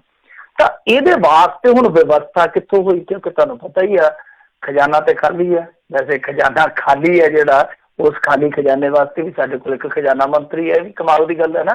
ਤਾਂ ਉਹ ਜਿਹੜਾ ਮਾਮਲਾ ਹੈ ਉਹ ਇਹਨਾਂ ਨੇ ਇਸ ਤਰ੍ਹਾਂ ਨਜਿੱਠਿਆ ਕਿ ਪੰਜਾਬ ਮੰਡੀ ਬੋਰਡ ਦੀ ਜ਼ਮੀਨ ਜਿਹੜੀ ਆ ਉਹ ਇਹਨਾਂ ਗਹਿਣੇ ਧਰ ਦਿੱਤੀ ਹੈ, ਮਤਲਬ ਕੁਝ ਪ੍ਰੋਪਰਟੀ ਦਾ ਕੋਈ ਵੀ ਐਸੈਟ ਹੋਏਗਾ ਜਿਹੜਾ, ਤਾਂ ਉਹ ਗਹਿਣੇ ਧਰ ਕੇ ਇਹਨਾਂ ਨੇ ਫਿਰ ਗ੍ਰਾਂਟਾਂ ਦੀ ਵਿਵਸਥਾ ਕੀਤੀ ਆ। ਤੇ ਆਹੀ ਕੰਮ ਆਪਾਂ ਵੇਖਿਆ ਸੀਗਾ ਸੁਖਬੀਰ ਸਿੰਘ ਬਾਦਲ ਹੋਰੀ ਕਰਦੇ, ਕਹਿੰਦੇ ਸਾਡੀ ਸਰਕਾਰ 'ਚ ਖਜ਼ਾਨਾ ਕਦੇ ਖਾਲੀ ਹੋਇਆ ਹੀ ਨਹੀਂ। ਤੇ ਖਾਲੀ ਕਿੱਥੋਂ ਹੋਣਾ? ਕਦੇ ਜੇਲ੍ਹ ਖਾਨਾ ਵੇਚਤਾ, ਕਦੇ ਪਾਗਲਖਾਨਾ ਵੇਚਤਾ, ਉਹ ਐਂ ਕੰਮ ਚਲਾਈ ਗਏ। ਤੇ ਹੁਣ ਇਹਨਾਂ ਨੇ ਵੀ ਇਹੀ ਕੁਛ ਕੀਤਾ। ਇਸੇ ਤਰ੍ਹਾਂ ਦਾ ਹੀ ਹੈ ਕਿ ਜਦੋਂ ਤੁਹਾਡੇ ਕੋਲ ਸਮਾਂ ਘੱਟ ਬਚਿਆ, ਫਿਰ ਤੁਸੀਂ ਇਸ ਤਰ੍ਹਾਂ ਦੀ ਵਿਵਸਥਾ, ਜਿਹਨੂੰ ਆਪਾਂ ਇੱਕ ਆਰਜੀ ਵਿਵਸਥਾ ਕਹਿ ਸਕਦੇ ਹਾਂ ਕਿ ਆਰਜੀ ਵਿਵਸਥਾ ਕਰਨੀ। ਹਾਂ, ਆਪਣੇ ਕੁਛ ਐਸੈਟਸ ਜਿਹੜੇ ਆ ਉਹ ਗਹਿਣੇ ਪਾਓ, ਪੈਸੇ ਚੱਕੋ, ਰਕਮ ਚੱਕੋ, ਲੋਕਾਂ ਤੱਕ ਲੈ ਕੇ ਜਾਓ, ਔਰ ਫਿਰ ਲੋਕਾਂ ਨੂੰ ਲੁਭਾ ਕੇ ਵੋਟ ਹਾਸਲ ਕਰੋ। ਜਿੱਤੋ ਜਾਂ ਹਾਰੋ ਤਾਂ ਚਲੋ ਬਾਅਦ ਦੀ ਗੱਲ ਆ। ਹੁਣ ਦੇਖੋ ਇਹਦੇ ਵਿੱਚ ਕਿਹਦਾ ਨੁਕਸਾਨ ਆ? ਨੁਕਸਾਨ ਸਾਡੇ ਪੰਜਾਬ ਦਾ, ਸਾਡੇ ਲੋਕਾਂ ਨੂੰ ਸਮਝਣਾ ਪਊਗਾ ਕਿ ਇਸ ਤਰ੍ਹਾਂ ਦੀ ਜਿਹੜੀ ਇੱਕ ਚਤੁਰ ਚਲਾਕ ਜਿਹੜੀ ਰਾਜਨੀਤੀ ਆ ਨਾ, ਇਹਨੂੰ ਬਦਲਣ ਦੀ ਜ਼ਰੂਰਤ ਆ। ਮੈਂ ਕਿਸੇ ਪਾਰਟੀ ਨੂੰ ਨਹੀਂ ਕਹਿੰਦਾ ਕਿ ਇਹਨੂੰ ਬਦਲ ਦਿਓ, ਇਹਨੂੰ ਲੈ ਕੇ ਆਹ ਬਦਲ ਦਿਓ, ਮਤਲਬ ਕਿ ਇਹ ਜਿਹੜੀ ਅਲਟਰਨੇਟਿਵ ਜਿਹਨੂੰ ਆਪਾਂ ਕਹਿੰਦੇ ਹਾਂ ਅਲਟਰਨੇਟਿਵ ਪੋਲਿਟਿਕਸ ਦੀ ਜ਼ਰੂਰਤ ਹੈ ਜੇ ਪੰਜਾਬ ਬਚਾਉਣਾ। ਇਸ ਤਰ੍ਹਾਂ ਤੇ ਕਿੰਨੀ ਕੁ ਦੇਰ ਤੁਸੀਂ, ਹੁਣ ਦੇਖੋ ਤੁਹਾਡੇ ਕੋਲ ਜ਼ਮੀਨ 4 ਕਿੱਲੇ ਆ, ਉਹ 4 ਕਿੱਲੇ ਕਿੰਨੀ ਕੁ ਵਾਰੀ ਤੁਸੀਂ ਗਹਿਣੇ ਰੱਖੋਗੇ? ਇੱਕ ਵਾਰੀ ਰੱਖਣੇ ਆ ਨਾ 4, ਉਹ ਚਾਹੇ 6 ਮਹੀਨੇ ਬਾਅਦ ਰੱਖੀ ਚਲੋ, ਚਾਹੇ ਸਾਲ ਬਾਅਦ ਰੱਖੀ ਚਲੋ, ਜਦੋਂ 4 ਦੇ 4 ਗਹਿਣੇ ਹੋ ਗਏ ਫਿਰ ਤੁਹਾਡੇ ਗਹਿਣੇ ਵਿਕ ਜਾਣਗੇ, ਤੇ ਉਸ ਤੋਂ ਬਾਅਦ ਜਿਹੜੇ ਰਹਿਣੇ ਉਹ ਵਿਕ ਜਾਣਗੇ ਗਹਿਣੇ, ਫਿਰ ਤੁਹਾਡੇ ਜਿਹੜੇ ਮੋੜਾ ਖੁੰਡਾ ਫਿਰ ਹੋਣਗੇ। ਤਾਂ ਕਹਿਣ ਦਾ ਮਤਲਬ ਕਿ ਕਦ ਤੱਕ ਤੁਸੀਂ ਇਸ ਤਰ੍ਹਾਂ ਗੱਡੀ ਚਲਾਓਗੇ? ਆਪਦੀ ਧੱਕਾ ਲਾ ਕੇ, ਮੁੱਕੀ ਮਾਰ ਕੇ ਕਦ ਤੱਕ ਚਲਾਓਗੇ? ਇਹਨੂੰ ਕਿਉਂ ਨਹੀਂ ਤੁਸੀਂ ਵਧੀਆ ਇੰਜਨ ਲੈ ਕੇ, ਵਧੀਆ ਦਾ ਇੰਜਨ ਕਰਾ ਕੇ, ਰਿੰਗ ਰੁੰਗ ਪਾ ਕੇ ਵਧੀਆ ਢੰਗ ਨਾਲ ਕਿਉਂ ਨਹੀਂ ਚਲਾਉਂਦੇ? ਜੇ ਤੁਹਾਡੇ ਕੋਲ ਇਸ ਤਰ੍ਹਾਂ ਦੀ ਕਾਰਾਗਰੀ ਨਹੀਂ ਹੈਗੀ, ਤੁਹਾਡੇ ਕੋਲ ਇਸ ਤਰ੍ਹਾਂ ਦੀ ਕਲਾ ਨਹੀਂ ਹੈਗੀ, ਤਾਂ ਫਿਰ ਕਿਉਂਕਿ ਇਹ ਕੁਰਸੀ ਆ, ਕੋਈ ਜਨਾਜ਼ਾ ਨਹੀਂ ਹੈ ਜਿਹਦੇ ਤੋਂ ਤੁਸੀਂ ਉੱਤਰ ਨਹੀਂ ਸਕਦੇ, ਫਿਰ ਤੁਹਾਨੂੰ ਹੱਕ ਨਹੀਂ ਹੈਗਾ। ਤਾਂ ਇਸ ਟਾਈਮ ਪੰਜਾਬ ਦੀ ਬਦਹਾਲ ਆਰਥਿਕ ਵਿਵਸਥਾ ਦੇ ਵਿੱਚ ਆਹ ਜਿਹੜਾ ਪੈਂਤੜਾ ਹੈ, ਇਹਨੂੰ ਸਿਆਸੀ ਤੌਰ ਤੇ ਤਾਂ ਠੀਕ ਕਿਹਾ ਜਾ ਸਕਦਾ, ਪਰ ਪੰਜਾਬ ਦੇ ਭਵਿੱਖੀ ਤੌਰ ਤੇ ਅਸੀਂ ਇਹਨੂੰ ਠੀਕ ਨਹੀਂ ਮੰਨ ਸਕਦੇ, ਜਿਸ ਤਰ੍ਹਾਂ ਦੇ ਆਰਜੀ ਡੰਗ ਟਪਾਊ ਕਦਮ ਚੁੱਕੇ ਜਾ ਰਹੇ ਆ। ਜੀ ਜੀ ਜੀ। ਅਗਲੀ ਜਿਹੜੀ ਆਪਾਂ ਮਿੰਟੂ ਜੀ ਗੱਲ ਕਰਦੇ, ਕਹਿੰਦੇ ਅਫਸਾਨਾ ਨੇ ਸਕੂਲ ਦੇ ਵਿੱਚ ਗਾਇਆ ਵਿਵਾਦਤ ਗੀਤ, ਪੁਲਿਸ ਕੋਲ ਪਹੁੰਚੀ ਹੈ ਸ਼ਿਕਾਇਤ, ਅੱਜ ਕੱਲ੍ਹ ਫਿਰ ਜਿਹੜੇ ਸਿੰਗਰ ਆ ਨਿਸ਼ਾਨੇ ਤੇ ਹੀ ਆ। ਅਫਸਾਨਾ ਦਾ ਅਫਸਾਨਾ ਬਣ ਗਿਆ ਕਹਿਣ ਦਾ ਮਤਲਬ ਇਹ ਹੈ। ਪਰ ਦੇਖੋ ਗਲਤ ਗੱਲ ਆ। ਵੈਸੇ ਜਿਹੜੀ ਇਹ ਕੁੜੀ ਆ ਨਾ, ਇਹ ਖੁਦਾ ਬਖਸ਼ ਇੱਕ ਮੁੰਡਾ ਇੱਥੇ ਗਾਉਂਦਾ ਬਾਦਲ ਪਿੰਡ ਦਾ, ਇਹ ਪਰਿਵਾਰ ਜਿਹੜਾ ਨਾ ਉਹ ਇਹਨਾਂ ਦੇ ਘਰਾਂ 'ਚ ਹੀ ਕੰਮ ਕੁਮ ਕਰਦਾ ਰਿਹਾ, ਮਤਲਬ ਕਿ ਸੁਖਬੀਰ ਬਾਦਲ ਕੇ ਬਾਦਲ ਪਿੰਡ ਦੇ ਆ। ਤੇ ਖੁਦਾ ਬਖਸ਼ ਮੁੰਡਾ ਬਹੁਤ ਗਾਂ ਤੱਕ ਗਿਆ, ਬਹੁਤ ਸੁਰੀਲਾ ਗਾਉਂਦਾ। ਇਹ ਅਫਸਾਨਾ ਉਹਦੀ ਭੈਣ ਆ, ਅਫਸਾਨਾ ਉਹਦੀ ਭੈਣ ਆ, ਔਰ ਇਸੇ ਸਕੂਲ 'ਚ ਪੜ੍ਹੀ ਹੈ ਜਿੰਨੀ ਕੁ ਮੈਨੂੰ ਜਾਣਕਾਰੀ ਆ। ਤੇ ਉਹ ਕਿਤੇ ਉੱਥੇ ਗਈ ਸੀ, ਉਹਨੇ ਗਾਣੇ ਗਾਏ। ਉਹ ਗਾਣੇ ਤੁਹਾਨੂੰ ਪਤਾ ਹੀ ਅੱਜ ਕੱਲ੍ਹ ਜਿਹੜੇ ਚੱਲਦੇ, ਮੈਂ ਤੇ ਸੁਣਦਾ ਘੱਟ ਆ, ਉਹ ਮੈਂ ਐ ਧੱਕਾ ਚੱਲਦਾ ਤੇ ਫਲਾਣੇ ਦਾ ਐ ਚੱਲਦਾ, ਵੱਡ ਵਡਾਂਗਾ ਤੁਹਾਨੂੰ ਪਤਾ ਹੀ ਹੈ, ਗਾਣੇ ਅਸੀਂ ਕਰੀ ਜਾਂਦੇ ਆ। ਤਾਂ ਉਹ ਇਸ ਤਰ੍ਹਾਂ ਦਾ ਕੋਈ ਗਾਣਾ ਗਾ ਦਿੱਤਾ, ਉਹਦੀ ਵੀਡੀਓ ਜਿਹੜੀ ਆ ਫਿਰ ਵਾਇਰਲ ਹੋ ਗਈ। ਹੁਣ ਜਿਹੜੇ ਸਕੂਲ ਦੇ ਪ੍ਰਿੰਸੀਪਲ ਹੈ ਉਹ ਜਾਨ ਛਡਾ ਰਹੇ, ਕਹਿੰਦੇ ਜੀ ਦੇਖੋ ਉਹ ਆਈ ਸੀ ਕੁੜੀ, ਬੜੀ ਬ੍ਰਿਲੀਅੰਟ ਸਟੂਡੈਂਟ ਰਹੀ ਆ ਸਾਡੀ, ਤੇ ਚਲੋ ਅਸੀਂ ਮੁਖਾਤਬ ਕੀਤਾ ਬੱਚਿਆਂ ਦੇ, ਤੇ ਬੱਚੇ ਕਹਿੰਦੇ ਕਿ ਕੋਈ 2 ਪੰਕਤੀਆਂ ਸੁਣਾ ਦਿਓ ਗਾਣੇ ਦੀਆਂ, ਤਾਂ ਉਹਨੇ ਸੁਣਾ ਦਿੱਤੀਆਂ। ਬਸ ਹੁਣ ਵੀਡੀਓ ਵਾਇਰਲ ਹੋ ਗਈ, ਇਹਦੇ 'ਚ ਕੀ ਆ? ਪਰ ਮੇਰੇ ਖਿਆਲ ਦੇ ਨਾਲ ਦੇਖੋ, ਜਿਹੜਾ ਕੋਈ ਗਾਣਾ ਗਾਉਂਦਾ ਉਹ ਉਹਦੇ ਵਿਵੇਕ ਤੇ ਛੱਡਿਆ ਜਾ ਸਕਦਾ। ਵੈਸੇ ਤੇ ਅੱਜ ਕੱਲ੍ਹ ਪੰਜਾਬ 'ਚ ਡਿਬੇਟ ਚੱਲ ਰਿਹਾ ਹੈ, ਫਿਲਮਾਂ ਨੂੰ ਲੈ ਕੇ ਵੀ ਔਰ ਗਾਣਿਆਂ ਨੂੰ ਵੀ ਲੈ ਕੇ, ਮੇਰੇ ਜਾਤੀ ਵਿਚਾਰ ਇਹ ਹੋ ਸਕਦੇ ਕਿ ਨਹੀਂ ਯਾਰ ਚੱਜ ਦੇ ਗਾਣੇ ਗਾਏ ਜਾਣੇ ਚਾਹੀਦੇ, ਪਰ ਉਹ ਚੱਜ ਦੇ ਗਾਏ ਕਿੱਦਾਂ ਜਾਣ, ਇਹਦੀ ਮੇਰੇ ਖਿਆਲ ਦੇ ਨਾਲ ਕਿਸੇ ਕੋਲ ਵੀ ਕੋਈ ਪੱਕੀ ਗਰੰਟੀ ਨਹੀਂ ਹੈ। ਕਿਉਂਕਿ ਗੀਤਕਾਰਾਂ ਦੇ ਅੱਜ ਕੱਲ੍ਹ ਤੁਹਾਨੂੰ ਪਤਾ ਹੱਥ ਜ਼ਿਆਦਾ ਚੱਲਦੇ ਆ, ਤੇ ਉਹ ਜਿਹੜਾ ਪੈਣਾ ਚਾਹੀਦਾ ਦਿਮਾਗ ਦੇ ਖੋਪਰ ਦੇ ਵਿੱਚ, ਉਹ ਸੋਚ ਥੋੜ੍ਹੀ ਜਿਹੀ ਘੱਟ ਚੱਲਦੀ ਆ। ਗੀਤਕਾਰ ਸਾਰੇ ਇੱਕੋ ਜਿਹੇ ਨਹੀਂ, ਯਾਨੀ ਲਿਟਰੇਰੀ ਗੀਤਕਾਰ ਜਿਹੜੇ ਸੀਗੇ ਸਾਡੇ ਥੋੜ੍ਹੇ ਆ, ਅੱਜ ਕੱਲ ਸ਼ਾਰਟਕਟ ਵਾਲੇ ਗੀਤਕਾਰ ਜਾਂਦੇ ਆ, ਉਹ ਗੀਤ ਉਸ ਤਰ੍ਹਾਂ ਦਾ ਹੀ ਬਣਾਉਂਦੇ ਆ ਜਿਸ ਤਰ੍ਹਾਂ ਦੇ ਵਿਕਦੇ ਆ, ਮਤਲਬ ਕਿ ਮੰਡੀ 'ਚ ਮਾਲ ਹੈ ਜਿਹੜਾ ਉਸੇ ਤਰ੍ਹਾਂ ਦਾ ਹੀ ਵੇਚਿਆ ਜਾਂਦਾ, ਮੰਡੀ ਬਣੀ ਪਈ ਆ। ਤਾਂ ਇਸ ਮਾਮਲੇ ਦੇ ਵਿੱਚ ਹੁਣ ਪੱਖ ਤੇ ਇਹ ਹੈ ਕਿ ਚਲੋ ਤੁਸੀਂ ਬਾਹਰ ਜਿਸ ਤਰ੍ਹਾਂ ਦਾ ਮਰਜ਼ੀ ਗਾਈ ਜਾਂਦੇ ਹੋ, ਉਹਨੂੰ ਤੁਸੀਂ ਜਸਟੀਫਾਈਡ ਕਰੋ, ਜਿਸ ਤਰ੍ਹਾਂ ਮਰਜ਼ੀ ਉਹਨੂੰ ਡਿਫੈਂਡ ਕਰੋ, ਤੁਹਾਡੀ ਇੱਛਾ ਕਰੋ। ਉਹ ਇੱਕ ਡਿਬੇਟ ਦਾ ਵਿਸ਼ਾ ਹੈ, ਉਹ ਜਿਹੜੀ ਡਿਬੇਟ ਆਲਰੇਡੀ ਸਮਾਜ ਦੇ ਡੋਮੇਨ ਤੇ ਹੈ, ਉਹ ਹੈ ਚੱਲਦੀ ਪਈ ਆ। ਤਾਂ ਕਹਿਣ ਦਾ ਭਾਵ ਹੈ ਕਿ ਸਕੂਲ ਦੇ ਵਿੱਚ ਜਾ ਕੇ ਤੁਸੀਂ ਇਸ ਤਰ੍ਹਾਂ ਦਾ ਗਾਣਾ, ਕੀ ਤੁਹਾਡੇ ਕੋਲ ਕੋਈ ਗਾਣਾ ਨਹੀਂ ਹੈ? ਐਟਲੀਸਟ ਜੇ ਤੁਸੀਂ ਆਵਾਜ਼ ਹੀ ਸੁਣਾਉਣੀ ਬੱਚਿਆਂ ਨੂੰ ਤਾਂ ਉੱਥੇ ਖੜ ਕੇ ਚਮਕੀਲੇ ਦਾ ਹੀ ਸੁਣਾ ਦਿਓ, ਸਾਥੋਂ ਬਾਬਾ ਖੋਲਿਆ ਤੇਰਾ ਨਨਕਾਣਾ, ਚਮਕੀਲੇ ਦਾ ਹੀ ਸੁਣਾ ਦਿਓ, ਕਿੱਡੀ ਕੁ ਗੱਲ ਆ। ਤਾਂ ਸਕੂਲ ਦੀ ਇੱਕ ਜਿਹੜੀ ਮਰਿਆਦਾ ਹੁੰਦੀ ਉਹਨੂੰ ਤੇ ਨਾ ਤੋਂ ਤਾਰ ਕਰੋ। ਇਹ ਬਹੁਤ ਗਲਤ ਗੱਲ ਆ ਕਿ ਤੁਸੀਂ ਉੱਥੇ ਗਾਣਾ ਗਾਉਣਾ, ਤਾਂ ਠੀਕ ਹੈ ਬੱਚਿਆਂ ਨੂੰ ਸੁਣਾਓ, ਪਰ ਉਹ ਕੋਈ ਗਾਣਾ ਇਸ ਤਰ੍ਹਾਂ ਮੋਟੀਵੇਸ਼ਨਲ ਸੁਣਾ ਦਿਓ ਤੇ ਮੋਟੀਵੇਸ਼ਨਲ ਸੌਂਗ ਨਹੀਂ ਹੋਏਗਾ। ਮੈਨੂੰ ਕਲਾਕਾਰ ਹੀ ਨਹੀਂ ਮੰਨਦਾ ਜਿਹਦੇ ਕੋਲ ਹਰੇਕ ਵਰਗ ਲਈ ਕੋਈ ਨਾ ਕੋਈ ਬਲਗੀ ਨਾ ਹੋਵੇ, ਹਰੇਕ ਵਰਗ ਦੇ ਸਾਹਮਣੇ। ਕਿਉਂਕਿ ਜੇ ਹੁਣ ਤੁਸੀਂ ਵਿਆਹ ਤੇ ਖੜਾ ਲਾਉਣਾ, ਉੱਥੇ ਤੁਸੀਂ ਨਹੀਂ ਸੁਣਾ ਸਕਦੇ ਨਾ, ਉੱਥੇ ਤੇ ਚੱਕ ਦੋ ਰੱਖ ਦੋ ਵਾਲੀ ਹੈ। ਪਰ ਇਸ ਤਰ੍ਹਾਂ ਦੀ ਜਦੋਂ ਤੁਹਾਡੇ ਸਾਹਮਣੇ ਆਡੀਅנס ਹੁੰਦੀ ਹੈ, ਇੱਕ ਮਰਿਆਦਾ ਵਾਲੀ ਆਡੀਅנס ਹੁੰਦੀ ਹੈ, ਚਾਹੇ ਉਹ ਬੱਚੇ ਨੇ ਚਾਹੇ ਬਜ਼ੁਰਗ ਨੇ, ਤਾਂ ਉੱਥੇ ਤੁਹਾਡੇ ਕੋਲ ਵੱਖਰੀ ਵੈਰਾਈਟੀ ਹੋਣੀ ਚਾਹੀਦੀ ਹੈ। ਅਫਸਾਨਾ ਨੇ ਜੋ ਇਹ ਗਲਤੀ ਕੀਤੀ ਹੈ, ਮੇਰੇ ਖਿਆਲ ਦੇ ਨਾਲ ਉਹਨੂੰ ਮੰਨਣਾ ਚਾਹੀਦਾ। ਉਹ ਕੁੜੀ ਬਹੁਤ ਬ੍ਰਿਲੀਅੰਟ ਆ, ਕਲਾਕਾਰ ਵਧੀਆ ਹੋ ਸਕਦੀ, ਸਟੂਡੈਂਟ ਵਧੀਆ ਹੋ ਸਕਦੀ, ਪਰ ਕਿਸੇ ਮਾਮਲੇ ਤੇ ਗਲਤ ਵੀ ਹੋ ਸਕਦੀ ਹੈ। ਉਹਨੂੰ ਆਪ ਹੀ ਅੱਗੇ ਆ ਕੇ ਮਾਮਲਾ ਨਜਿੱਠਣਾ ਚਾਹੀਦਾ, ਪਰ ਇਹ ਮਾਮਲਾ ਨਿਬੜਨਾ ਨਹੀਂ ਹੈ। ਮਤਲਬ ਇਹ ਡਿਬੇਟ ਇਸੇ ਤਰ੍ਹਾਂ ਹੀ ਚੱਲਦੀ ਰਹੇਗੀ। ਗਾਣੇ ਜਿਹੜੇ ਆ ਉਹਨਾਂ ਨੂੰ ਦੇਖੋ, ਸਾਡਾ ਜਿਹੜਾ ਹੈਗਾ ਨਾ ਯੂਥ ਵਰਗ, ਉਹ ਬਹੁਤ ਜ਼ਿਆਦਾ ਸੁਣਦਾ ਹੈ। ਉਸ ਦੌਰ ਦੇ ਵਿੱਚ ਜਦੋਂ ਸੁਣਦੇ ਵੀ ਤੁਹਾਨੂੰ ਪੈਸੇ ਮਿਲਦੇ, ਮਤਲਬ ਕਿ ਅੱਗੇ ਤੇ ਇਹ ਸੀਗਾ ਤੁਹਾਡੀ ਰੀਲ ਵਿਕੀ, ਤੁਹਾਨੂੰ ਕਮਾਈ ਹੋਣੀ ਆ। ਹੁਣ ਤੇ ਉਹ ਚੱਕਰ ਹੀ ਗਏ ਚਲੇ ਆ, ਵਿਊ ਤੁਹਾਡੇ ਬਸ ਹੋਣੇ ਚਾਹੀਦੇ ਆ। ਉਹ ਭਾਵੇਂ ਅਗਲਾ ਸੁਣ ਕੇ ਚਾਰ ਤੁਹਾਨੂੰ ਥੱਲੇ ਗਾਲਾਂ ਹੀ ਕੱਢ ਜਾਵੇ ਤਾਂ ਵੀ ਤੁਹਾਡੀ ਬੱਲੇ ਬੱਲੇ ਆ। ਤਾਂ ਇਹ ਠੋਕੀ ਬੱਲੇ ਬੱਲੇ ਵਾਲਾ ਕੰਮ ਹੈ ਜਿਹੜਾ ਉਹ ਖੜਨਾ ਨਹੀਂ ਹੈ। ਇਹ ਡਿਬੇਟ ਤੇ ਇਹ ਜਿਹੜਾ ਕੰਮ ਆ, ਮੇਰੇ ਖਿਆਲ ਦੇ ਨਾਲ ਇਸੇ ਤਰ੍ਹਾਂ ਹੀ ਚੱਲਦਾ ਰਹਿਣਾ। ਜੀ ਜੀ ਜੀ। ਅਗਲੀ ਜਿਹੜੀ ਆਪਾਂ ਮਿੰਟੂ ਜੀ ਗੱਲ ਕਰਦੇ ਹਾਂ, ਕਹਿੰਦੇ ਬਿਜਲੀ ਦਾ ਬਿੱਲ ਨਾ ਭਰ ਸਕਣ ਦੀ ਨਮੋਸ਼ੀ ਕਾਰਨ ਵਿਅਕਤੀ ਨੇ ਕੀਤੀ ਖੁਦਕੁਸ਼ੀ।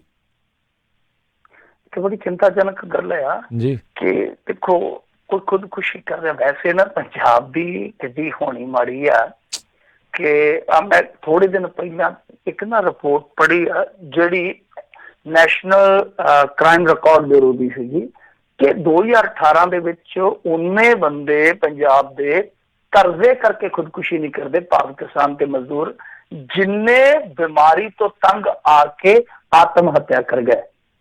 ਉਹ ਮੇਰੇ ਖਿਆਲ ਦੇ ਨਾਲ 722 ਦੇ ਕਰੀਬ ਸਨ, ਜਿਹੜੀਆਂ ਕਿ ਕਰਜ਼ ਵਾਲੀਆਂ ਖੁਦਕੁਸ਼ੀਆਂ ਦੇ ਮੁਕਾਬਲੇ ਜ਼ਿਆਦਾ ਖੁਦਕੁਸ਼ੀਆਂ ਸੀ ਕਿ ਬਿਮਾਰੀ ਤੋਂ ਤੰਗ ਆ ਕੇ, ਬਿਮਾਰੀ ਤੋਂ ਕਾਹਦਾ, ਇਲਾਜ ਤੋਂ ਤੰਗ ਆ ਕੇ ਕਹਿ ਸਕਦੇ ਕਿ ਸਰਕਾਰ ਤੋਂ ਤੰਗ ਆ ਕੇ।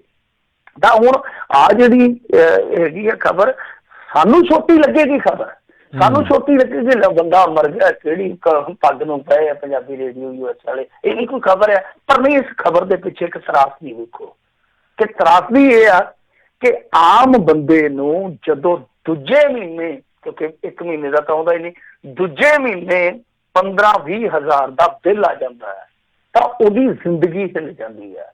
ਕਿਉਂਕਿ ਖਰਚੇ ਤੇ ਛੋਟੇ ਮੋਟੇ ਮਸੀਂ ਤੁਰਦੇ ਆ ਘਰਾਂ ਦੇ, ਤਾਂ ਯਕਦਮ ਇਹਦੀ ਰਕਮ ਜਦੋਂ ਤਾਰਨੀ ਹੁੰਦੀ ਹੈ 10,000 5,000 15,000, ਉਹ ਇੱਕ ਬਿਪਤਾ ਬਣ ਜਾਂਦੀ ਹੈ। ਇਹ ਘਟਨਾ ਇਸੇ ਤਰ੍ਹਾਂ ਦੀ ਆ ਨਵਾਂ ਸ਼ਹਿਰ ਦੀ, ਜਿੱਥੇ ਇੱਕ ਸ਼ਖਸ ਜਿਹਦਾ ਨਾਮ ਓਂਕਾਰ ਸਿੰਘ ਦੱਸਿਆ ਜਾ ਰਿਹਾ, ਇਸ ਕਰਕੇ ਖੁਦਕੁਸ਼ੀ ਕਰ ਗਿਆ ਕਿਉਂਕਿ ਮੀਟਰ ਜਿਹੜਾ ਉਹਨਾਂ ਦਾ ਪੁੱਟ ਕੇ ਲੈ ਗਏ ਸਨ, ਬਿੱਲ ਭਰ ਨਹੀਂ ਸੀ ਹੋਇਆ। ਤਾਂ ਇਹ ਤਰਾਸਦੀ ਹੈ ਇਸ ਖਬਰ ਦੇ ਪਿੱਛੇ ਕਿ ਇੱਕ ਜੋ ਲੋਅਰ ਮਿਡਲ ਕਲਾਸ ਬੰਦਾ ਹੈ ਉਹਦੇ ਵਾਸਤੇ ਸਰਵਾਈਵਲ ਕਿੰਨਾ ਔਖਾ। ਦੁੱਧ 50 ਰੁਪਏ, ਗੰਢੇ 100-150 ਰੁਪਏ, ਆਲੂ 40 ਰੁਪਏ ਤੇ ਬਿਜਲੀ ਜਿਹੜੀ ਆ ਉਹ ਯੂਨਿਟ ਜਿਹੜੀ ਆ ਤਕਰੀਬਨ ਤੁਹਾਨੂੰ 10 ਰੁਪਏ ਦੀ ਪੈਣ ਰਹੀ ਆ। ਤੇ ਤੁਸੀਂ ਫਿਰ ਜਾਓਗੇ ਤੇ ਜਾਓਗੇ ਕਿੱਥੇ? ਪਰ ਇਹੋ ਜਿਹੇ ਮਸਲੇ ਤੇ ਡਿਬੇਟ ਬਹੁਤ ਘੱਟ ਹੁੰਦੀ ਆ। ਜਿਵੇਂ ਤੁਸੀਂ ਕਿਹਾ ਫਿਲਮਾਂ ਤੇ ਗਾਣਿਆਂ ਗੂੜਿਆਂ ਤੇ ਡਿਬੇਟ ਬਹੁਤ ਚੱਲਦੀ ਆ। ਜੀ ਜੀ ਜੀ। ਅਗਲੀ ਜਿਹੜੀ ਗੱਲ ਕਰਦੇ, ਕਹਿੰਦੇ ਬੀਕਾਨੇਰ ਹਸਪਤਾਲ ਦੇ ਵਿੱਚ ਲੰਗਰ ਬੰਦ ਹੋਇਆ।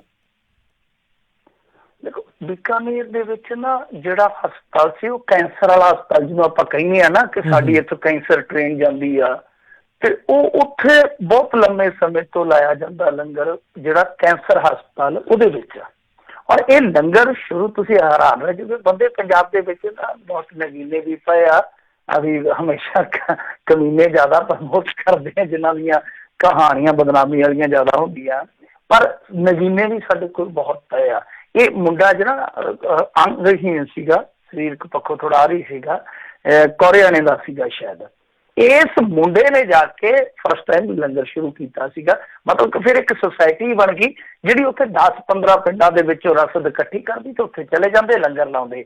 ਤਾਂ ਉਹਦੇ ਵਿੱਚ ਕੀ ਸੀਗਾ ਕਿ ਜਿਹੜੇ ਤਿਮਾਰਦਾਰ ਹੁੰਦੇ, ਤਿਮਾਰਦਾਰ ਤੋਂ ਭਾਵ ਜਿਹੜੇ ਨਾਲ ਮਰੀਜ਼ ਦੇ ਆਏ ਹੁੰਦੇ ਆ ਦੇਖ ਰੇਖ ਕਰਨ ਵਾਲੇ ਜਾਂ ਮਰੀਜ਼ ਆ ਜਿਹੜੇ, ਉਹ ਉੱਥੇ ਫ੍ਰੀ ਪ੍ਰਸ਼ਾਦਾ ਛਕਦੇ ਸਨ। ਲੰਗਰ ਦਾ ਪ੍ਰਸ਼ਾਦਾ ਤੁਹਾਨੂੰ ਪਤਾ ਹੀ ਹੈ ਕਿ ਬਾਬੇ ਨਾਨਕ ਦੀ ਕਿਰਪਾ ਸਦਕਾ ਉਹ ਫ੍ਰੀ ਆਫ ਕਾਸਟ ਹੁੰਦਾ। ਤਾਂ ਉਹ ਇੱਕ ਡੰਗ ਦਾ ਖਾਣਾ ਜਾਂ ਇੱਕ ਦਿਨ ਦਾ ਖਾਣਾ ਉਹ ਗਰੀਬ ਬੰਦੇ ਵਾਸਤੇ ਬਹੁਤ ਲਾਹੇਵੰਦ ਹੁੰਦਾ, ਬਹੁਤ ਲਾਹੇਵੰਦ ਹੁੰਦਾ। ਉਹਦੇ ਲਈ 100 ਰੁਪਈਆ ਵੀ ਉਸ ਟਾਈਮ ਦੇ ਵਿੱਚ ਇੱਕ ਮਹੀਨਾ ਰੱਖਦਾ।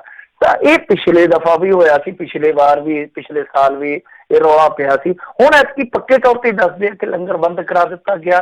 ਹਸਪਤਾਲ ਪ੍ਰਸ਼ਾਸਨ ਹੈ ਜਿਹੜਾ, ਉਹਨਾਂ ਨੇ ਵਿੱਚ ਥੋੜੀ ਜਗ੍ਹਾ ਦਿੱਤੀ ਸੀ। ਹੁਣ ਉਹ ਕਹਿੰਦੇ ਕਿ ਇਹਨਾਂ ਨੇ ਸਾਡੇ ਤੋਂ ਮਤਲਬ ਕਿ ਅਪਰੂਵ ਨਹੀਂ ਸੀ ਕਰਾਇਆ, ਸਾਡੇ ਤੋਂ ਇਜਾਜ਼ਤ ਨਹੀਂ ਲਈ, ਐਰਾ ਵਗੈਰਾ ਉਹ ਤਰਕ ਦੇ ਰਹੇ। ਤਾਂ ਮੇਰੇ ਖਿਆਲ ਦੇ ਨਾਲ ਇਹਦੇ ਵਿੱਚ ਹੁਣ ਸਾਡੀ ਜਿਹੜੀ ਇੱਥੋਂ ਦੀ ਸਰਕਾਰ ਹੈ, ਚਲੋ ਬਹੁਤਾ ਕੁਛ ਨਹੀਂ ਕਰ ਸਕਦੀ, ਕਮਜ਼ੋਰ ਜੀ ਸਰਕਾਰ ਸਾਬਤ ਹੋ ਰਹੀ ਹੈ। ਇਹਨਾਂ ਤੇ ਕਰ ਸਕਦੀ ਹੈ ਨਾ ਗਵਾਂਢ ਸੂਬੇ ਦੇ ਵਿੱਚ ਅਸੀਂ ਉਹਨਾਂ ਨੂੰ ਪਾਣੀ ਦੇਣ ਦੇ ਹਾਂ, ਸਾਨੂੰ ਥੋੜਾ ਜਿਹਾ ਇੰਨਾ ਕੁ ਸਾਥ ਹੀ ਦੇ ਦੇਣ, ਸਰਕਾਰ ਨਾਲ ਕੋਆਰਡੀਨੇਟ ਕਰਕੇ ਕਹਿਣ ਕਿ ਜਿਹੜੇ ਬੱਚੇ ਜਿਨ੍ਹਾਂ ਨੇ ਇੰਨਾ ਵਧੀਆ ਕੰਮ ਤੋਰਿਆ ਸੀਗਾ, ਇਹਨਾਂ ਦਾ ਦਿਲ ਨਾ ਤੋੜੋ, ਇਹਨਾਂ ਨੂੰ ਜਗ੍ਹਾ ਦੇ ਦਿਓ। ਜੇ ਕੋਈ ਫਾਰਮੈਲਿਟੀ ਕਾਗਜ਼ੀ ਇੱਕ ਫਾਰਮੈਲਿਟੀ ਆ ਨਾ, ਉੱਥੇ ਕਿਹੜਾ ਤੁਸੀਂ ਆ ਕੇ ਬੁਲਾਡੇ ਆ ਕੇ ਸਮਝੌਤਾ ਤੁਸੀਂ ਕਰਨਾ ਕੋਈ, ਉੱਥੇ ਉਹਨਾਂ ਨੂੰ ਦੇ ਦਿਓ ਅਪਰੂਵਲ, ਕਿੱਡੀ ਕੋਈ ਗੱਲ ਆ।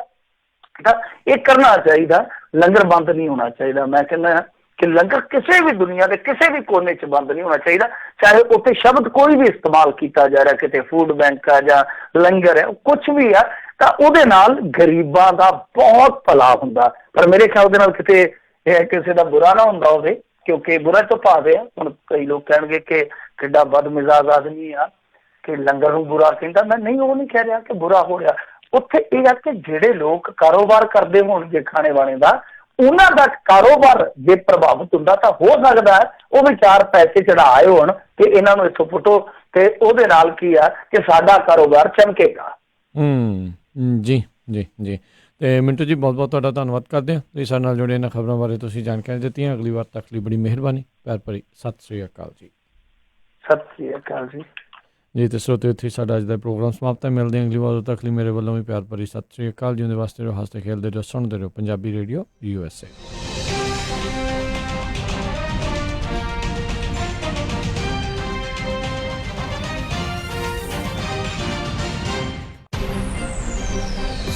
ਤੁਸੀਂ ਸੁਣ ਰਹੇ ਹੋ KOBO ਯੂਬਾ ਸਿਟੀ 1450